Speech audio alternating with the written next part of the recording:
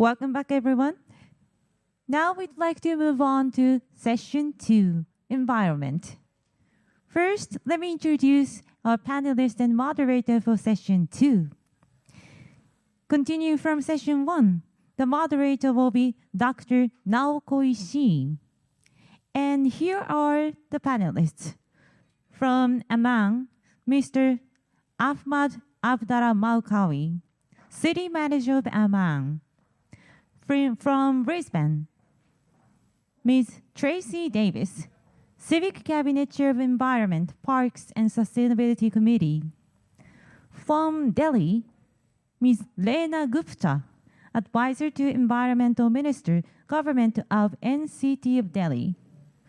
From Lancaster, Mr. R. Rex Paris, Mayor of Lancaster. From Milan, Mr. Giuseppe Sala, Mayor of Milan. From San Salvador, Mr. William Rene Hernandez Arevalo, Cooperation Manager, Environmental Manager, and Chief of Civil Protection. And from Ulaanbaatar, Ms. Nanzavado Bayarchimeg, Chief Executive Officer, Ulaanbaatar Development Corporation, JSC. So let's welcome our panelist and moderator with a big hand.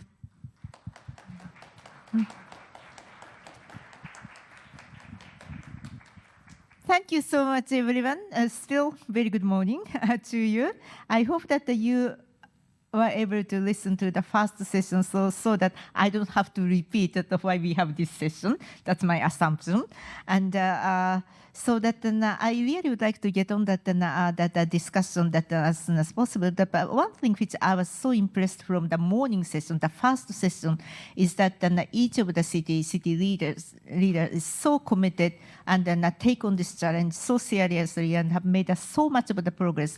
But there is one thing so common is that they are all kind of, mobilized or inspired by their own citizens and then determined to bring them together.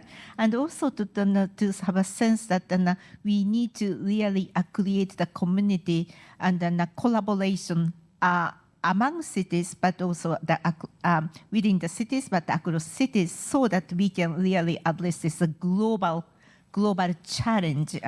So that was a takeaway from the first session. So we want to continue this conversation with now that 4 city leaders in person, but also we have 3 panelists online. So that so let's get it started. First, I would like to invite Mr. Malkawi from Amman. So Mr. Malkawi, please tell us your vision, your action, your challenge, and opportunities. Thank you. I'm really honored to be here with you in the GNS Leaders Smart Summit. On behalf of His Excellency Mayor of Amman, I'm here to say thank you for the host Tokyo Metropolitan Government. And this opportunity is great for Amman to share its efforts towards sustainability and regarding the climate changes. As a city in the globe, the city is facing many economic and many problems in climate changing and in the resilience issues. But as you know, Amman is one of the cities that has released a resilience strategy in the year of 2017. And this strategy was working on straight goals to help citizens and to make them sure that they will succeed in reducing the danger of climate change and in mitigation of the stroke of many risks that will make troubles for the city. And also the city of Amman published its climate action plan in the year 2019.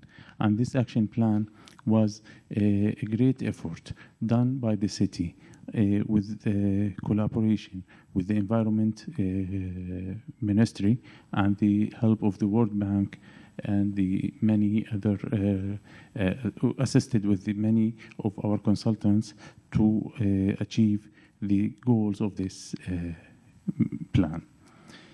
As you know, the innovations and to work on a plan to help your city to award zero emission neutral in the year of 2050, it will take a long-term goal production efforts. And this is with the collaboration with the government and with the private sector and with the investors in the city, and many problems will be affected these goals. But we work together to reduce the risk of not having these goals.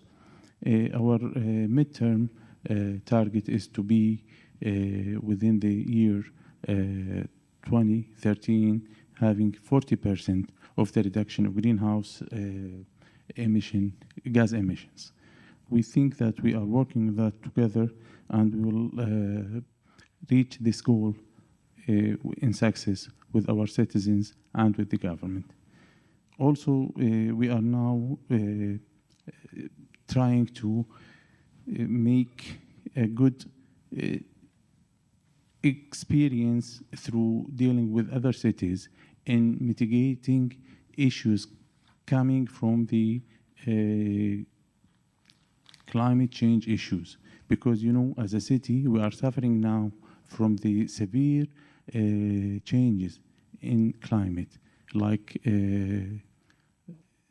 drought and like high temperatures in the summer, low temperature in winter, and excessive amount of rain in a short time.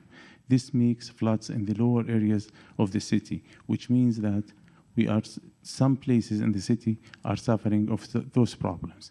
But we are working good, and we are now having our action plan that was launched recently with the blessing of His Majesty the King Abdullah II, and we are having this plan worked for the years 22-26, and we hope that we'll finish our target at that time.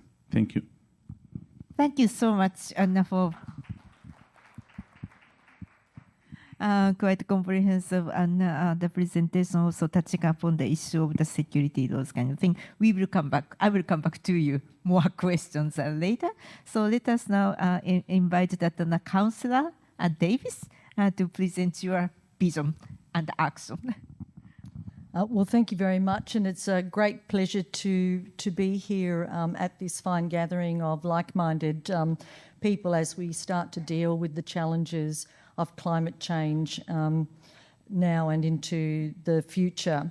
But I'm very excited to be here today representing Brisbane, which is Australia's most sustainable city. And that's quite an achievement because we're a very large city. We're the largest local government area in Australia, and we cover around 1,324 square kilometres. We're also the largest certified carbon neutral local government organisation in Australia, and we have committed as a city to be net zero by 2050. But we're also the only city in Australia to be inducted into the UN's Sustainable Development Goals program as a certified silver city, and that was presented to us at COP27. For those who haven't visited Brisbane yet, we are a leafy green city with a subtropical climate, and can I take the opportunity to extend an invitation to you to come to visit us, if not in the near future, but certainly by 2032, when we'll be hosting the Olympic and Paralympic Games, which will be the first carbon positive Olympic and Paralympic Games. Our city is built along the Brisbane River, which runs from the Diagula mountain range to our west, all the way across to Moreton Bay and then flowing into the Coral Sea. We are home to 4,000 kilometres of waterways, and that doesn't include the river, which is around 114 kilometres long, and the city is built on a floodplain. And because of our subtropical climate, Brisbane has a history of being impacted by severe weather events, including flooding. And it was only 12 months ago that we experienced a major flooding event in our city, which impacted over 22,000 homes at a cost of in excess of $6 billion. And whilst climate change has the potential to exacerbate the challenges, they've always been part of our city's climate, and we know that these events are unavoidable, and we take a resilience approach to these events. We know we can't prevent them, but we can build our city to adapt and respond quickly and limit risk to life and property. We have a nation-leading flood-resilient program for homes and businesses and apartment buildings. That is a big part of this approach. We also know that our city has a role to play in minimising the effects of climate change. Like I said earlier, we're a big local government area with a big carbon footprint.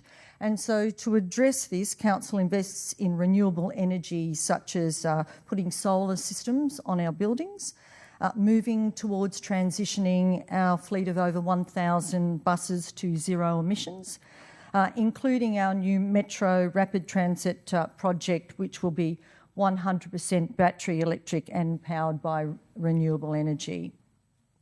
And at a grassroots level, because we truly believe that our residents also have a part to play in dealing with climate change, we encourage them through an online platform to reduce their household carbon emissions.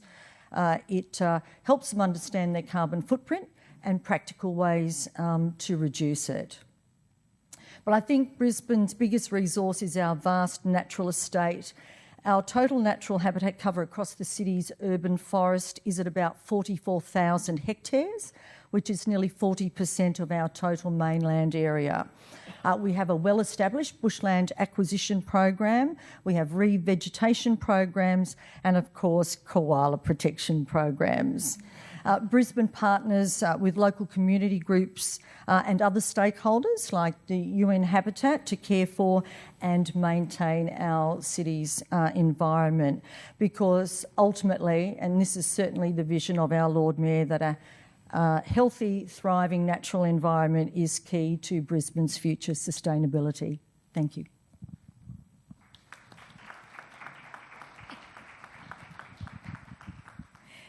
Thank you so much, the Councillor Davis, and I will keep my question to the next round. So let us move on to now the online. Is that right? Can I have a presentation from Delhi? Yeah, I was just told that Delhi is now kind of dropping from actually the Zoom. So let's move on to Lancaster. So we need to be agile. So that I now would like to invite Mr. the Mayor Paris from Lancaster. Mr. Paris, can you hear us? Floor is yours. I can. Can you hear me? Good. Yes, I do. Good afternoon. We would also like to share a screen. Can you do that, Alexis? Actually, yeah, that the screen is on. Okay, great. Great. Thank you for having us. We're very proud of what we've done in Lancaster and how we dealt with climate extinction over the last 14 years. I was elected mayor 14 years ago. About the second year of my first term, the whole concept of climate extinction came crashing down on us, and we recognized that it's really going to fall on the cities to solve this. Federal governments can provide funding, but whether or not we actually execute the various options we have to put an end to climate extinction will rest with the cities. And so we set out to develop a model for doing that. The reason I personally set out to do that is these are 5 of my 9 grandchildren. Their life should be incredible. For the first time in the world, we have relatively inexpensive energy, which is alternative energy. You know, it doesn't take a genius to recognize it's a lot cheaper once you have the infrastructure in place to take power from the sun rather than drilling down 20,000 feet into the earth. It's exceptionally cheaper. The education opportunities for these children worldwide has now become educations available to everyone due to the internet. We should be walking into a period of great prosperity globally. But as everyone knows, that is not the case. And if we continue down the path that we've been going the last 50 years, these children will not see a normal lifespan. And they are my grandchildren. So you can see why we are so committed. We stopped calling it climate change. Climate change doesn't give people a true sense of the crisis we're facing. We call it climate extinction, because if we do not act and act rapidly, that is what we're facing. It will be the extinction of the species. The planet will be fine, but there's not going to be very many of us to share that planet with if we continue. We also, when we set out to do this, is Lancaster's the perfect place for it. We have sunshine 365 days of the year. Our organic resources for conversion are almost limitless. We have hundreds and hundreds of square miles of disturbed land, so that if we're going to install solar panels, this is the perfect place for it. We started with solar.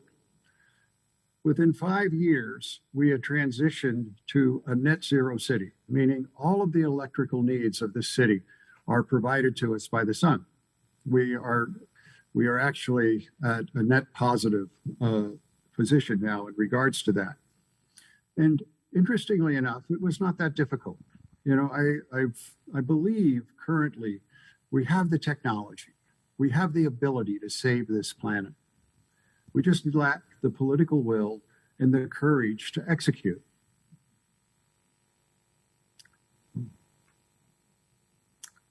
Currently, we have numerous companies that have come to Lancaster for the purpose of producing hydrogen.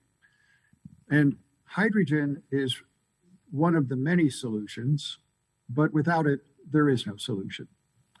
The Japanese have been the leaders in hydrogen development in the fuel cells and the ability to convert hydrogen into the perfect means of storing energy. We have several different projects in play already. Heligen uses the power of the sun to use mirrors. It focuses on a tower. It cracks hydrogen out of water vapor at 2,000 degrees.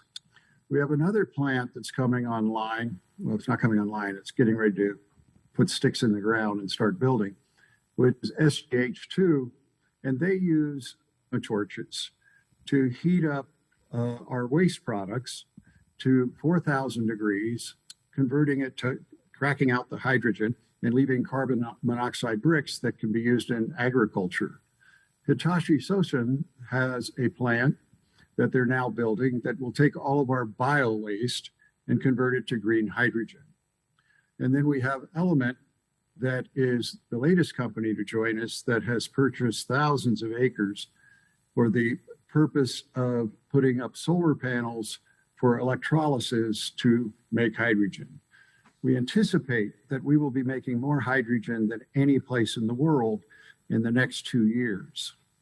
It now makes it so that we can produce our own energy. It's just a question of transporting it around the city and putting it into tanks to use it to power the buildings. Everybody thinks that hydrogen is the perfect fuel for vehicles, and in fact it is. But at the current cost, it's not. The cost is prohibitive. That is going to change as we gear up and we produce more and more of it, and there's enough vehicles to use it. But you still have the problem of fuel stations, which is an enormous capital outlay to get those up and running.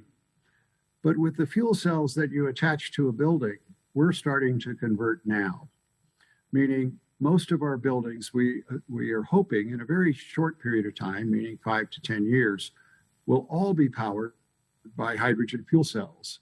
And that is cost effective today, at least in California, at the current cost of electricity and natural gas. A lot of companies have come to Lancaster for the purpose of using hydrogen. All of the city fleet is converting to Toyota's hydrogen cars. We have another company that's taking existing aircraft, pulling out the engines, putting electric motors in it with a hydrogen fuel cell.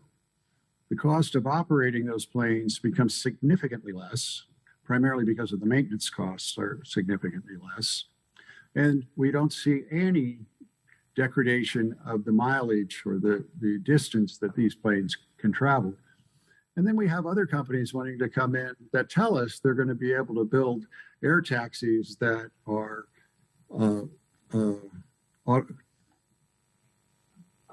autonomous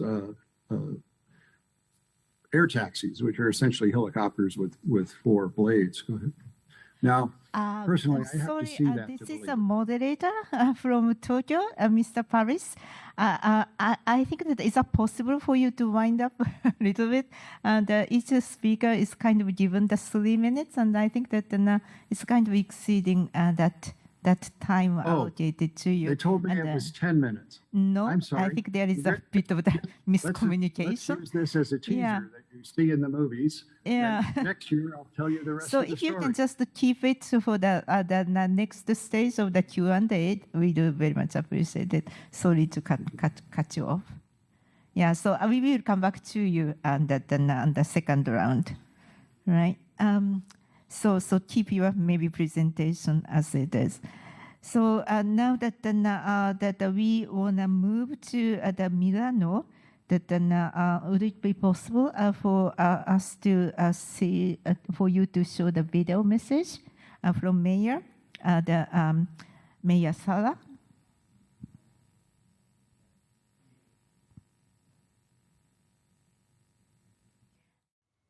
Good morning, fellow cities leaders, and thank you, Governor Koike, for the opportunity to share Milan's view. I am sorry not to be able to be with you in person.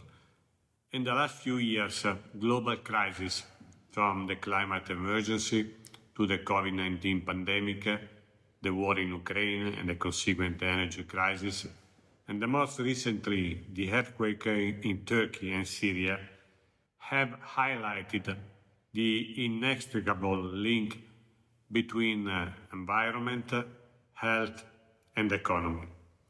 To improve our resilience to possible future emergencies, local governments must deliver a green, healthy, and equitable recovery, remedying environmental and social injustice for those disproportionately affected by the crisis and securing the transition to an inclusive economy. I believe that one of the critical sectors that cities must prioritize in their recovery paths is public transport to improve air quality. According to the World Health Organization, 99% of the world's population is exposed to air that exceed safe levels, putting their health at risk, for example, of heart and lung disease and asthma. Cities around the world are taking steps to improve air quality and public health while addressing the climate crisis and creating green, good jobs. In Milan, for example, after having strengthened the public transport network, we introduced a low-emission zone, banning high-polluting vehicles from an area covering 70% of the city.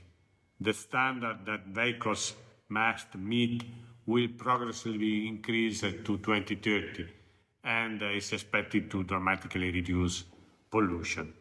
As cities leader, we must work to support public transport and address the joint crisis of air pollution, congestion, and the climate emergency.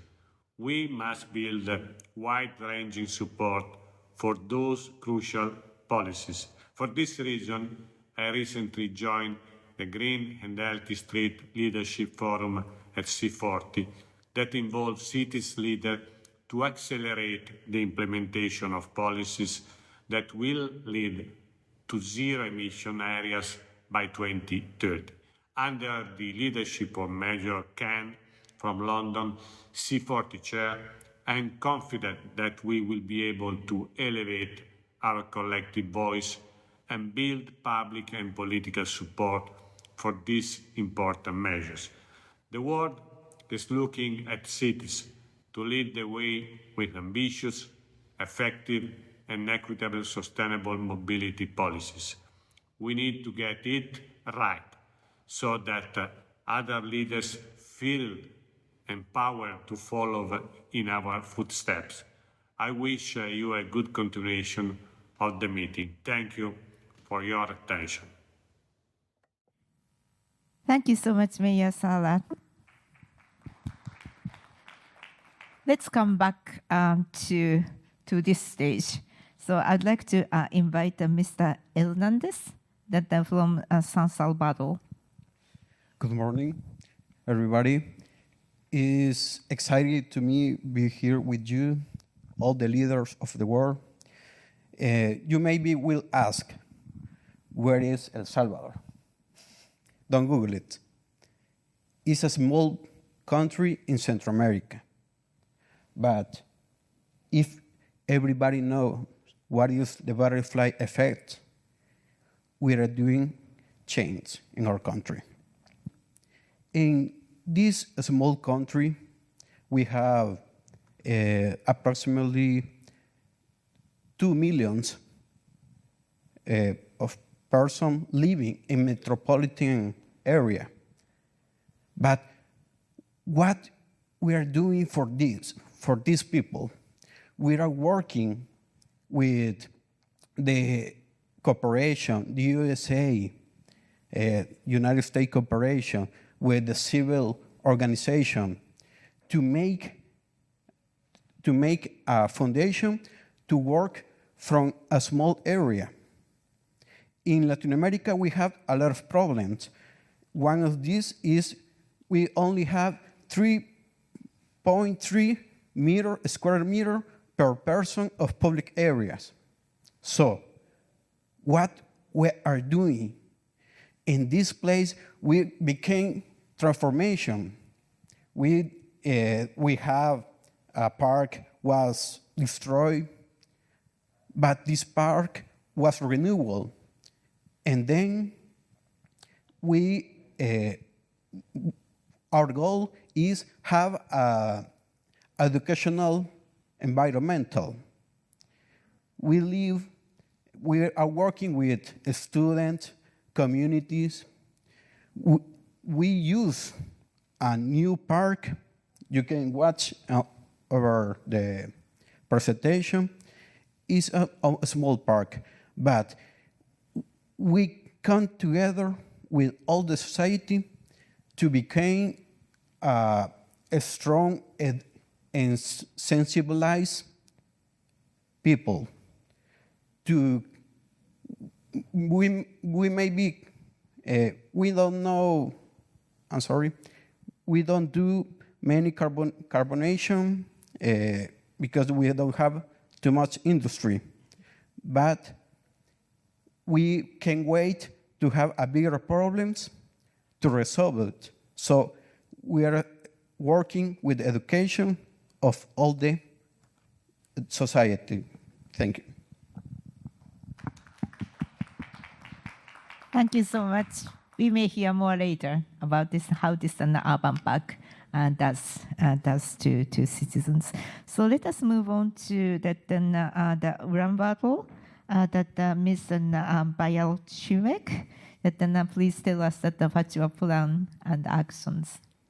Thank you. So first of all, I would like to greet all the esteemed city mayors and representatives participate in this summit. Also, I would like to thank the staff of Tokyo Metropolitan Government led by Governor of Tokyo for organizing this event. So let me start by sharing some statistics of Ulaanbaatar city.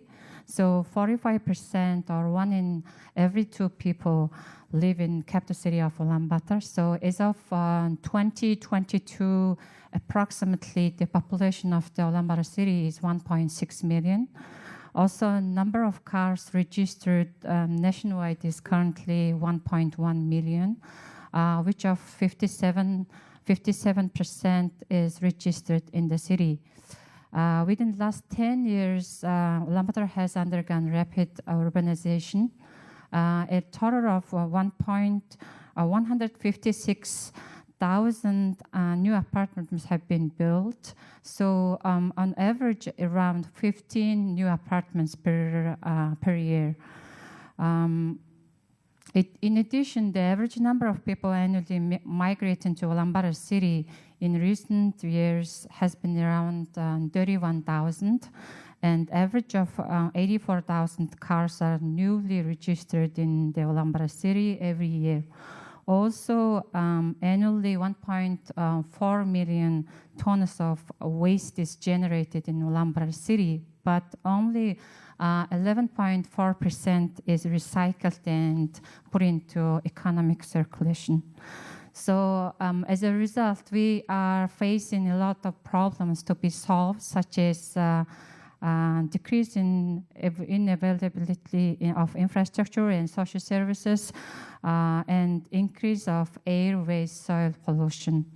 So in order to meet the sustainable development goals in the short term, we are planning cities and urban settlements to provide healthy and safe living conditions for citizens, increasing quality and availability of infrastructure, and reducing sources of air and environmental pollution. In this context, we are taking particular attention to prohibiting use of raw coal for household consumption, introduced refined coal briquette, replant the GEAR districts, and are comprehensively solving social and engineering infrastructure of GEAR areas. In addition, as a part of a billion trees national movement initiated by President of Mongolia, Ulaanbaatar city is committed to planting a total of 120 million trees by 2030, which will increase cities' forest reserves and increase of absorption of greenhouse gases, and will positively affect the environment. For waste management, we are implementing following projects within the framework of international cooperation. So first, the food waste recycling project of Ulaanbaatar city in cooperation with ADB. Second, household waste collection and transportation management project of Ulaanbaatar city in cooperation with the Swiss Development Agency. Third, the solid waste facility renovation project in cooperation with EBRD. With the implementation of these projects, it's expected that the waste management and recycling capacity of Ulaanbaatar city will be improved, thus reduce pollution of the urban environment. But in the future, still we need to implement activities such as introducing innovative technologies on a wider scale and upgrading equipment park. Also, as for pollutants emitted by motor vehicles, we're taking following actions. So first, we are conducting research on transition vehicles to gas, fuel, and electric sources. Second, introducing technologies and vehicles to have less negative impact on the environment. Also, phased transition of public transport to gas fuel. Also, we are expanding the road network. Also, right now we are working the introduction of a smart traffic regulation system. This is the all actions we are taking for pollutants emitted by motor vehicles. Thank you so much. Thank you so much for the sharing the information on what you have been doing and will plan to do. Now, let's see if that Delhi is back to us. Yes, you are. Okay, so that Ms. Gupta, that glad to see you, and also that you can share your screen with us. I think your team is going to operate the screen. All right. All right. Fine okay, with us. Good morning, everyone. And I'm so glad to be virtually joining all of you. As you know that the world is rapidly urbanizing and India is no different. A lot of our people are moving to cities. Delhi has a population of 20 million people now. So our government wants to make sure that all of us have roads, we have houses, schools, hospitals. But at the same time, this government is also very heavily invested in making sure that we have enough forests, we have enough parks, and we have enough lakes. So we are investing heavily in blue and green infrastructure in the city as well. I will quickly take you through the presentation on some of the challenges we are facing and some of the initiatives that we've taken in order to ensure that Delhi is a green and a healthy living city for all of us here. Next slide. So Delhi has 250 wards, as I was saying, and we have a population of 20 million people. Every year, migration is going on increasing to Delhi, and that is the reason why we hear a lot about air pollution crisis in Delhi. In the last 8 years, we've invested very heavily in trying to solve the air pollution crisis, and we have managed to successfully bring down the particulate matter by 25% in the last 8 years or so. We are investing very heavily in electric vehicles. So the government of Delhi subsidizes anybody who buys an electric two-wheeler because we want to encourage people of Delhi to not buy more electric vehicles. So that is one of the key pillars of our policy, to slowly phase out polluting old vehicles and replace them with electric vehicles. We are also investing very heavily into identifying what are the sources of pollution in Delhi. So we've invested in very state-of-the-art technology that tells us every hour what are the sources of pollution at that hour, so that the government can take appropriate action. For example, if we realize that there is a lot of dust pollution being created due to construction, so then in those winter months, we put a stop to construction in the city. And when the pollution levels come down, then construction is allowed again. So we've invested very heavily in these equipments that give us real-time information on pollutants so that the government can act on it. We are also investing very heavily in phasing out fossil fuel plants from the city. So we used to have two coal-powered electricity plants in Delhi, which have been shut down because they were creating a lot of air pollution. Can we keep moving to the next slide, please? Because they were creating a lot of pollution in the city. And we're also now investing a lot into creating lakes in the city. Because Delhi in the summer months also gets very heated. So in order to reduce the heat stress for the people of Delhi, we are creating lakes all over the city. These lakes serve twofold purpose. On one hand, they help us in recharge of water to enable water security for the city. And secondly, they also bring down the temperature. They provide a cooling impact in the neighborhood. And people are also able to go out, take a walk around the lakes. We are also investing a lot into increasing the green cover of the city. Delhi is one of the greenest cities now because we've done millions of plantations in the last 8 years.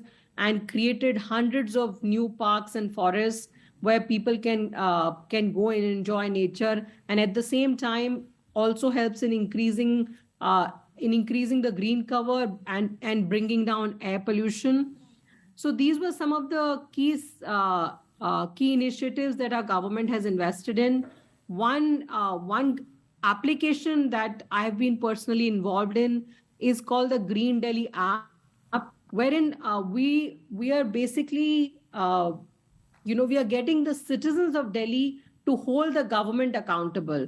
So if there is any air pollution related event in anybody's neighborhood, for example, if garbage is being burned, or you see a polluting vehicle in your neighborhood, you can just take a photo and send it on this app, and then the government agencies work in a time bound manner to make sure that the problem is taken care of. So what we have done is that we have made all the citizens of Delhi eyes and ears of the government. And if there is any violation in any area, because the government physically cannot be present in all of Delhi, so the people of Delhi become the guards of the air quality of Delhi, and they're able to take a photograph and they're able to report a violation, and the government then acts on that violation in a time-bound manner. In the last 3 years, we've received around 30,000 complaints on this app, and more than 90% of those complaints have been solved. So these are some of the initiatives that we've taken. We are also now investing a lot into identifying which are the dirty and polluting vehicles in Delhi. Using remote sensing technology, we can identify where are the polluting vehicles, and then those can be phased out. That will again bring down the air pollution level in the city. But as my chief minister continues to say, we've done a lot, but we still have a long way to go. And I'm hoping to learn from all of you and the initiatives that you all have taken in your cities, because slowly more and more of us are going to be living in cities, and we have to make sure that our cities provide that environment, that our children are healthy and they're able to breathe good air, drink good water, and lead a healthy lifestyle. And for that, all of us need to come together and learn from each other. Thank you. Thank you so much, Darina. It's really wonderful to hear that the city citizens will be the guardian to make sure that the air quality is kept. Wonderful. And we were quite behind the schedule, so that the next round of Q&A really needs to be really short and succinct. So let's try that. So the first from Amand, that you talk a lot about the climate challenge and the flood. But if you have one thing to leave to this audience, what will be your one pick? What kind of things you think that we should learn from you? Thank you for the question. One of the major issues that has happened recently in Amman, with the help of UN Habitat and JICA, we start a study for having the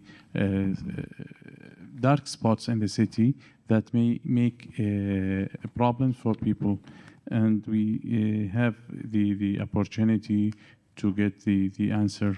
And the study gives us 120 places that we can make infrastructures or structures that will mitigate the flooding coming from these areas to the downtown. And the flood affects people living there from the Ammanis and from the refugees, Syrian refugees that live there.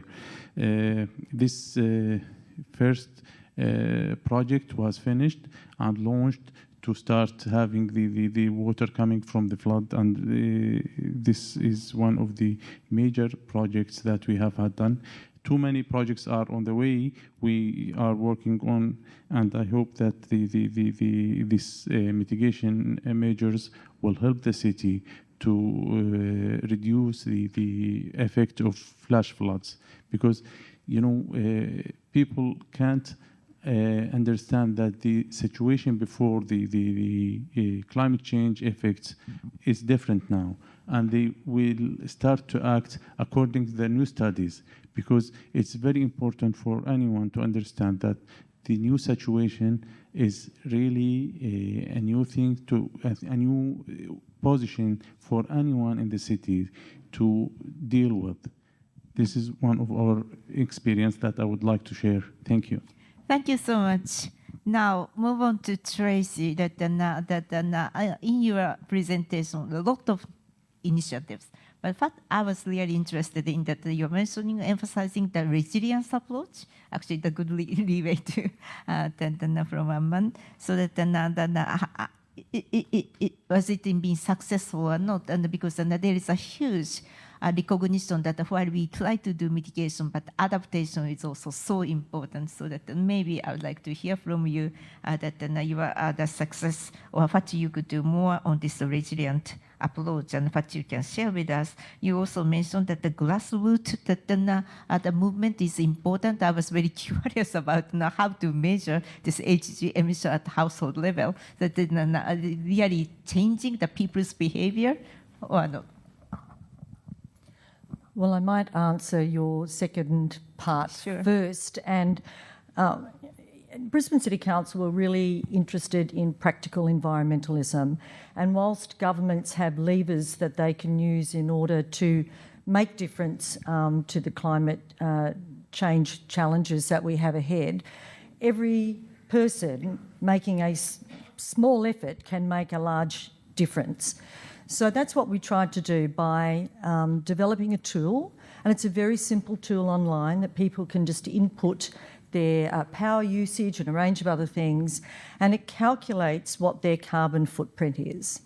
And post that, it provides some opportunities to assist them with ways that they can implement change in their household, whether it might be more recycling, whether it might be reducing the amount of plastics that they use. It might be just about walking to work rather than driving to work.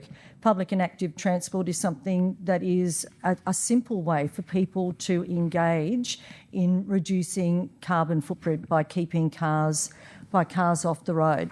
So it's a very strong thing that we recommend for people to do, and we will be looking at ways to expand that in the future to make it even easier for people to do. As I mentioned, we are built on a floodplain. Heavy rains are not unfamiliar to us, but on occasion, like as I mentioned last year, we have a large weather event and it can be quite catastrophic. The one last year was a combination of overland flow, creek flooding and river flooding. We had a 3-day rain event where the system did not move on. It was like a rain bomb on our city for 3 days, and the damage was quite extensive. What we had implemented before that as a pilot was our Flood Resilient Homes program, and what we provided to people that wanted to participate was to have a home audit done so that we could provide them with some support and some ideas about how they could make their home more resilient, so that in the event of flooding, they could get back into their home sooner. Because one of the challenges in the past was that people were unable to go back into their homes. They were very displaced, and we had difficulty for them trying to find long-term accommodation. So simple things like lifting your power points up, making sure that your air conditioners or those sorts of things were above the waterline, and that has been extraordinarily successful, and we are now rolling that out to apartments and businesses. Thank you so much, Tracy. I wonder if the mayor from Lancaster is still online or not. Are you there? Okay. So that they are drop off. So that let's just try to do this in the remaining time with you. So I'd like to ask that Elonande, that you have a lot of good stories about parks and how that an urban park changed the people's life there. So that you could just brief us more. Can I have access to presentation, please? Yeah. Can you So- bring the presentation back? And to change, Yeah, next page, yeah. next one, please. The park was destroyed. And the next one, please. There's some change, but this change is, we can watch the revenues. We have more revenues, we have more visitors, activities, and security is important. And the perception of security, the 20% of people is safe before, but now 90% say is a safe place. And with the women, 52% of the visitors are women, because before the women don't go to the park because it was unsafety. And the time of visit, we have more of 3 hours. Next, please. The park is very particular because in two small places, we have 800 specimens of plants and 75 tree species, and it's a very rich. We have a big flora and wild fauna. We have the national bird that lives in the park, and is a passage of migratory birds. And the next, please. And that's what I'm talking about. For them is we are working for the kids, for the next generation. Look that smile from the kids. We are teaching him that the environment is important. We have a green city, a green country. It's a tropical country. But we can be waiting to have a lot of problems to act, local action. This is the goal from our mayor, Mario Duran, and from our president, Nayib Bukele. Thank you. Thank you so much. Beautiful smile from children. That's great. Yeah, so that then lastly but not the least, that then I just want to invite that then you from Ulaanbaatar, and I understand the huge challenge because the rapid urbanization and not without much resources, how you really want to make sure that the sustainability is there, so that you could just continue to share with us a little bit about this new challenge and how to tackle that. Okay, thank you. So most population of Ulaanbaatar city live in GERD districts. So we're taking certain measures to develop GERD districts and solve their problems. So according to the general development plan of Ulaanbaatar city, until 2040, it's estimated that 87% of population will live in apartments with proper infrastructure, and 16% will live in houses with independent utilities. Under this plan, depending on area and urban development factors, it's planned to continue to build green, high-rise and micro apartments, towns with social services in cooperation with public and private entities. Replanning of Ulaanbaatar city's GERD district project have been implemented since 2014. As part of this project, over 16,000 new apartments were built in the past. Between 2025 to 2030, we need around 82,000 apartments to be built, and we're working to reach this goal. Also, since 2014, the Ulaanbaatar Urban Services and Gear Areas Development Investment Program project has been implemented with the soft loan from ADB to create sub-centers in the gear areas. Under this project, 6 sub-centers as well as apartments for around 31,000 households are planned to build. Moreover, with the funding from ADB, Green Climate Fund, and the High Level Technology Fund, and the Ulaanbaatar Green Affordable Housing and Resilient Urban Renewal Sector project will be implemented to build green, affordable apartments for 10,000 households in the sub-centers. This project is significantly important for us because it creates green rental housing systems for low and middle-income citizens by introducing innovative solutions for the use of renewable energy in the buildings. The implementation of these above-mentioned projects will not only reduce the air and environmental pollution, but also increase the number of green area in Ulaanbaatar city, also bring new settlement areas into economic circulation, and create new job opportunities for citizens. Thank you so much. Thank you so much. Now it's really time to wrap up.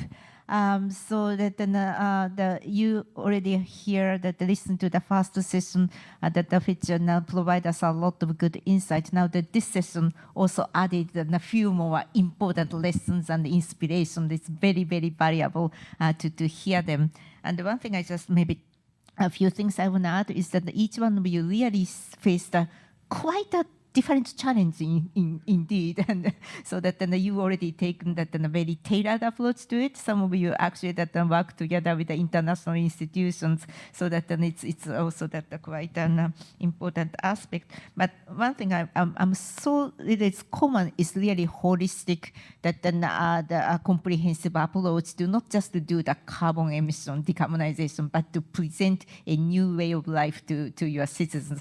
That is common, and then as I said in the morning session, first session, that we face definitely this global challenge of this time. And the global challenge really needs a very strong local community, but local community come together to work globally, so that you are such an important kind of element in this solution to the global challenge. And I am really, really enthusiastic to continue to work with you. And this the initiative like GNETs, that is really a vital framework for us to unite and to work together towards this global challenge. And I hope each one of you can play a pivotal role in this the shared challenge. So thank you so much for joining us, and thank you so much, my dear panelists. Thank you very much, leaders and Dr. Ishii, for sharing valuable stories. Lastly, we'd like to take off commemorative photos, so please gather in the middle of the stage.